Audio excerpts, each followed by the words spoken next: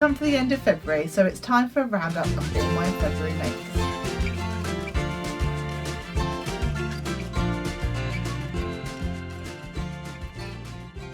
Hi, my name's Claire and this is Stitch Hem Sew. Thank you so much for joining me today for another video. Now today's video is going to be a roundup of everything I got made in February 2023. So if that interests you, please stick around with me today.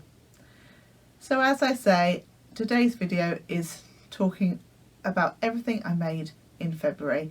So February was a fairly productive month, I would say, and I got a sort of quite a good variety of different types of makes made. So yeah, I think all in all quite a successful month.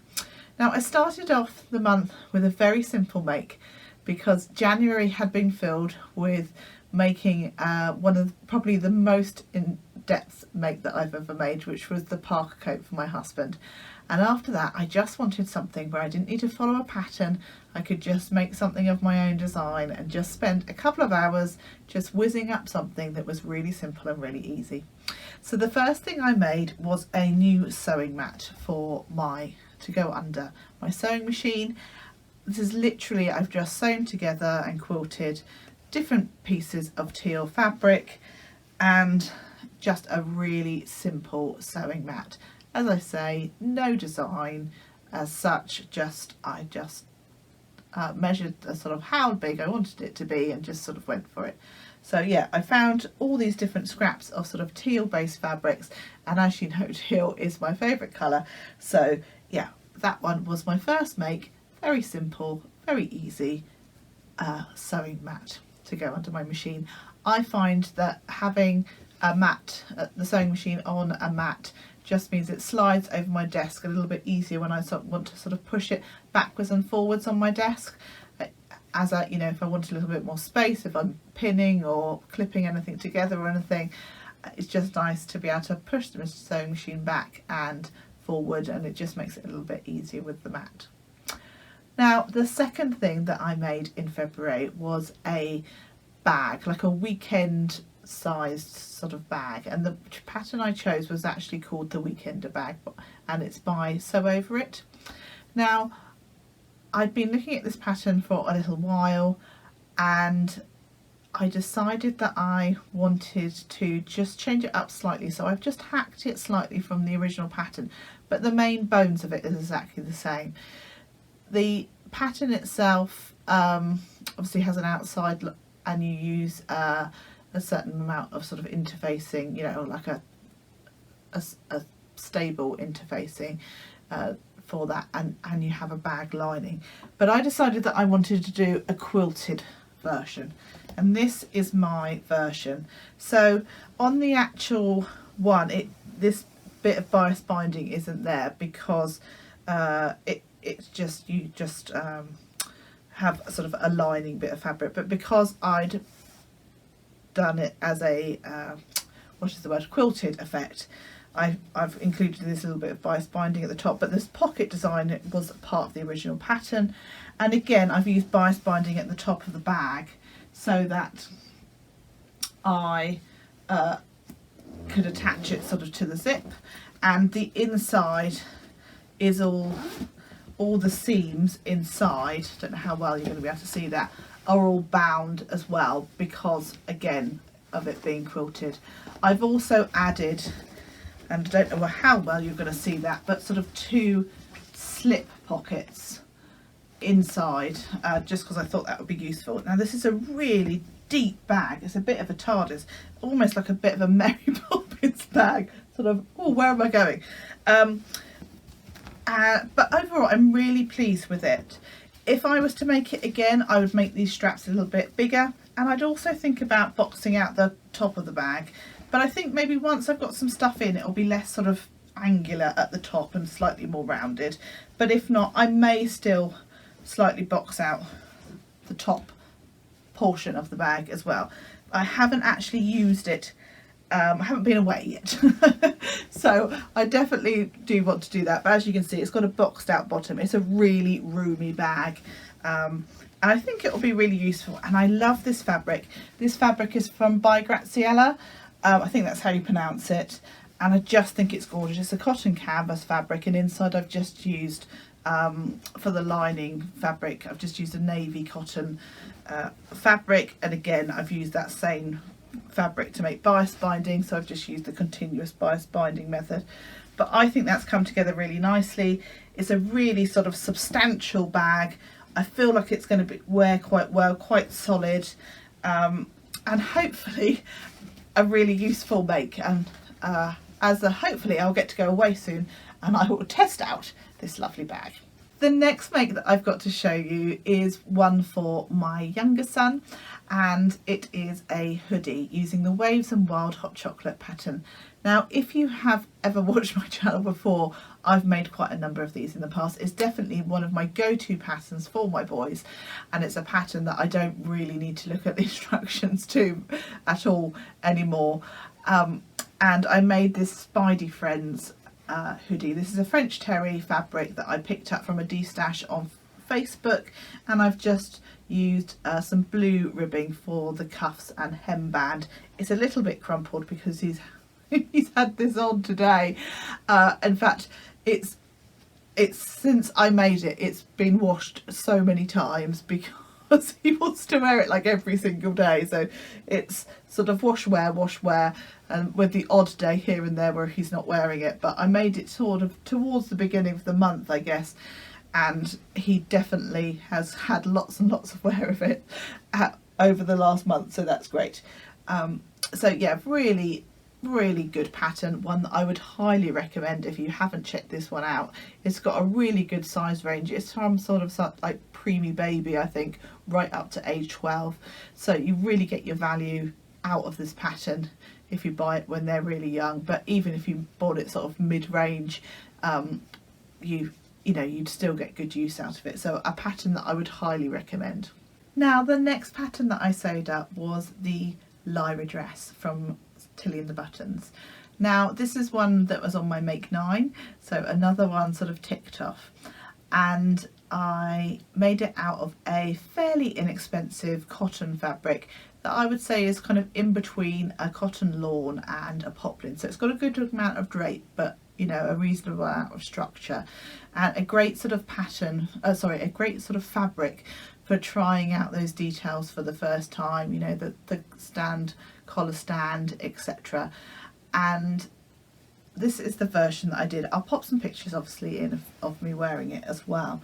So it's in this navy fabric with this ditzy floral print on, and I've just got some sort of fairly plainish navy buttons there.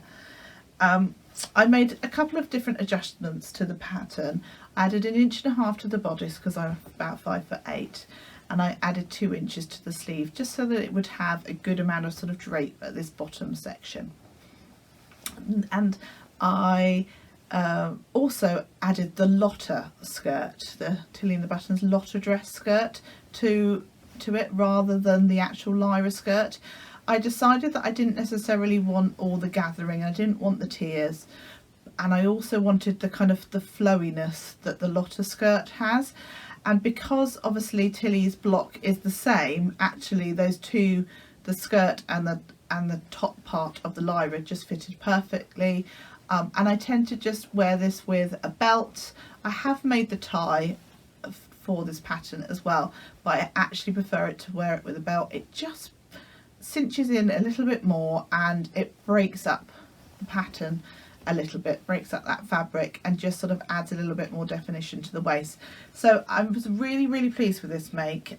It's a pattern that I've had in my pattern stash for quite some time. I got it probably not long after it had come out, so this pattern's been out for a while now, and I just hadn't got round to making it. I don't really know why, just one thing or another, it just hadn't hit my sort of the top of my pile, if you like. So I had added it to my Make 9, so I'm really pleased to get it done. You can see that I've added a little Rosy Cheeks label there that just says handmade.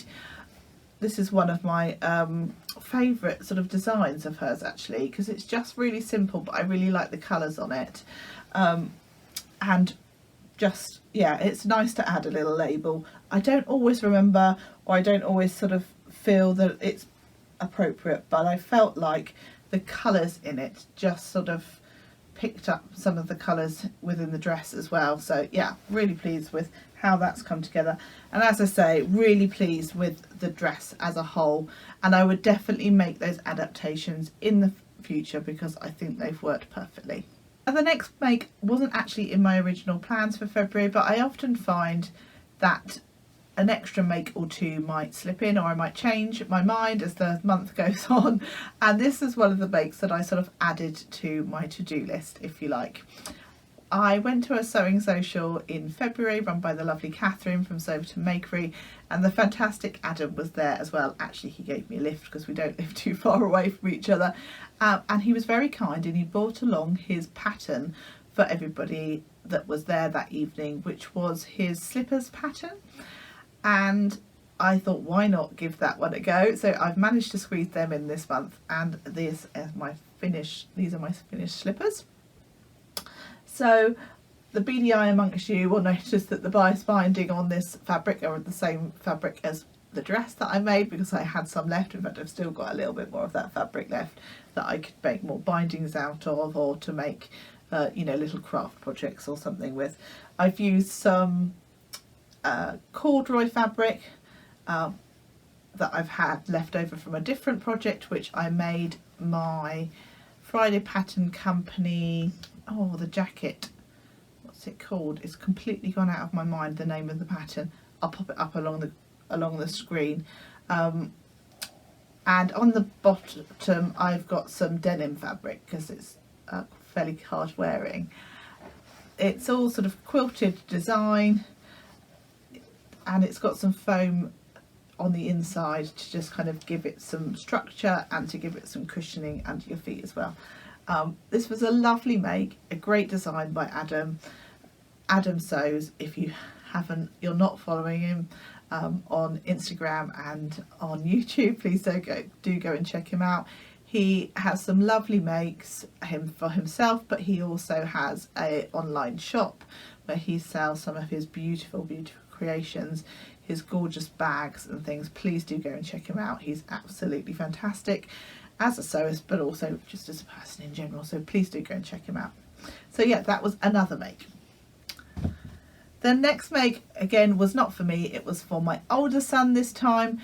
It is a simple long sleeve t-shirt, and this forms part of his outfit for well, book day, where he's going as Where's Wally, so or Where's Waldo if you live in the States. And I've just used this simple red and grey striped fabric that I had in my stash. I think actually that Where's Wally is red and white, but I think it's close enough match. I think his t-shirt is also slightly wider striped, but it's our take on it, and it was fabric that I had in my stash, so it was perfect, I felt, for this. Now the pattern that I've used this time is the DIBY Club Anything But Basic t-shirt. Now this is a free pattern, so I've used fabric from my stash, I've used a free pattern. I could have basically done this for Sew Frugal, which is a sewing challenge that is coming up in March, but I did need this for the 2nd of March, so ahead of time. But yeah, a great free pattern, so do go and check that one out if you haven't seen this one before. This is the regular fit. I believe there's a regular fit and a slim fit, but this pattern comes up fairly small, I have to say. I mean, I have sized up slightly because this fabric doesn't have a whole lot of stretch, so I wanted to make sure that there was sort of enough room without him having to kind of move around too much and feel too uncomfortable. But I mean, my son is 8. He is a big 8. He's probably more like a size of a 10-year-old, but I actually sized up to an age 12, and this is by no means massive on him. So it's a great free pattern, but I would say that my caveat to that is that it's not particularly roomy, so you may want to size up unless your child is more on the petite side. Now the last thing I made in the month of February was the Jamelia jacket, which is a sewing pattern from Sewing Patterns by Mason. It is, I believe, a fairly new sewing pattern, a fairly new coat or jacket pattern. There are two different views. There's view A, which is more of a cropped length, sort of you know, sort of to your sort of top of your hips, I guess, waist sort of height. And then there's a longer length one. I've gone with the longer length because I wanted it more for a sort of coming out of winter into spring, but it's still sort of fairly chilly, but not necessarily needing a full-on winter coat, or, you know, for those equally that time within the autumn months when you need a jacket that is warm but not, you know, really thick. So as I said, I've gone for the longer line jacket, and I've used a boucle fabric that I had that I bought in October last year, and it's one that I was keen to get sewn up because I wanted to make a coat or a jacket from it, but also it takes up quite a lot of room, bouquet, and I didn't want that sort of cluttering up my sewing space. So I'm really pleased to have got this one finished, and it's one that I've been talking about in my last few weeks of Friday sews. And here is my finished jacket. Now, the only thing that I haven't done is I haven't put any fastenings on it as yet.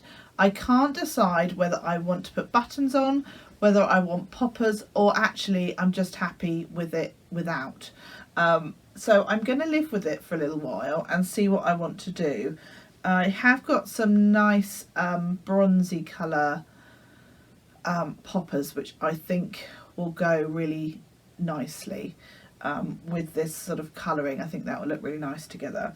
I don't have any buttons as such, but I also quite like it without. So yeah, I'm not quite sure. So it's got a proper sleeve head on it. It's not a drop sleeve, which I really like.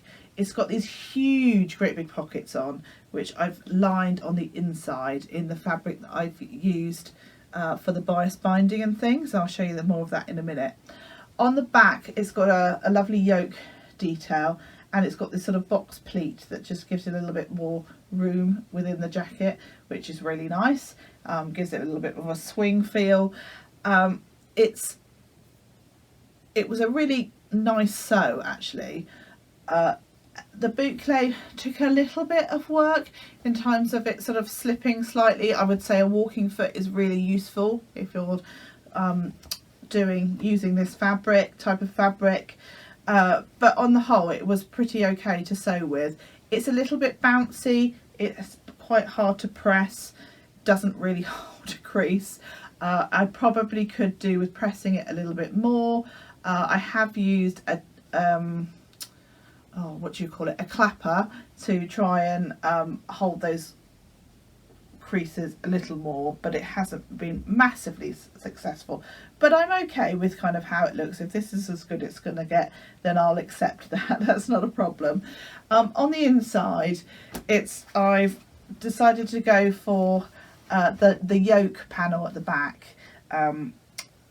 in the fabric that I've used for the bias binding, because I just thought that would look really lovely. You use the burrito method to put the yolks in so that it's lovely and clean and neat and tidy, which is lovely. I've done lots of hand stitching on this jacket, so when I've done the bias binding, I've put, you know, one side in, I've sewn in, and all the other sides I have hand sewn. So I've put bias round the sleeve holes down the side. I've done it along the bottom seam and on the bottom of the pockets. So it's been and I've added just a little hanging loop as well. That didn't say to do that in the pattern, but I thought that would be useful because you don't want to kind of get, if you put it on a hook, I didn't want to get like a bulgy bit at the back. I've also added a little Rosy Cheeks label, hopefully you can see that there, that just says life is colourful, because I just thought that went really well with the with this fabric here. The boucle itself came from the Fabric Revival, which unfortunately I don't think are trading anymore, but if they are back up and running and I can find them, I will link them in the description below. And actually the fabric that I bought for the bias binding was one I had in my stash, which was again from Closs and Hamlin in Winchester, which unfortunately now do not have a haberdashery and dressmaking section, which is rather unfortunate. So yeah, unfortunately both of those fabrics shops are no longer, which is rather unfortunate. But back to the jacket itself, I'm really pleased with this make. It's probably a little bit on the roomy side, but I don't think that's necessarily a massively bad thing. When I've shown it in the pictures, I've just got a top on underneath. I haven't got like a jumper or anything, which is probably how I'd wear it if it was, you know, a bit of a chilly day. I think it'll be really useful. Those pockets are huge, so I could definitely fit a phone and tissues and all the other things that you end up popping in your pockets when you've got kids and things. So I think it will be really useful to have. I'm really pleased with the outcome. There are definitely things that if I was to do it again, I'd possibly tweak. I'd possibly tweak the sizing. I think I graded out from the bust and graded out at the waist and hips, and I probably didn't need to do the grading out at the waist and hips, so I probably wouldn't do that next time. I would like to give the shorter version a go as well. I think that would be really nice for the summer, in a sort of a cotton canvas or something. I think that would be really nice. So yeah, I think this pattern has got quite a lot of versatility. You could make it in a lot of different types of fabric. You could make a really lightweight jacket as more of like an overshirt type style, or in a thicker fabric like I've done, or in a wool, or you could use a denim fabric that would look really nice as a shorter one, as a little denim jacket. Yeah, it's a really, really great pattern. It's got some really good sizing on it, and I'll try and pop those details up on the screen somewhere as well. Yeah, it's got a good size range on it. I don't think it is the widest of all sewing patterns, but it's certainly pretty good. So on the whole, is it a pattern I would recommend? Yes. Is it a pattern I would want to sew again? Yes. So I think overall a good vote of confidence. So that is my last make for February 2023. So I hope you have enjoyed seeing my roundup of this month. I will soon be putting together my plans for March, so I hope you'll come back and watch that video too. Let me know if you've sewn up any of these patterns. Let me know if you want to know any more, if you've got any questions about the makes that I've gone through today, things that I perhaps haven't discussed that you think that you might want to ask me. Please do drop me a line in the comments and I will come back to you, or send me a DM on Instagram. My handle on Instagram is exactly the same, Stitch Hem Sew, and that would just be great to chat to you. So I do hope you've enjoyed today's video. If you have, please do give me a like. If you haven't subscribed, I'd really love it if you consider doing so, and don't forget to hit that notification bell as well so you get notified of all my future videos. But until next time, I will say goodbye. So take care, happy sewing, bye bye.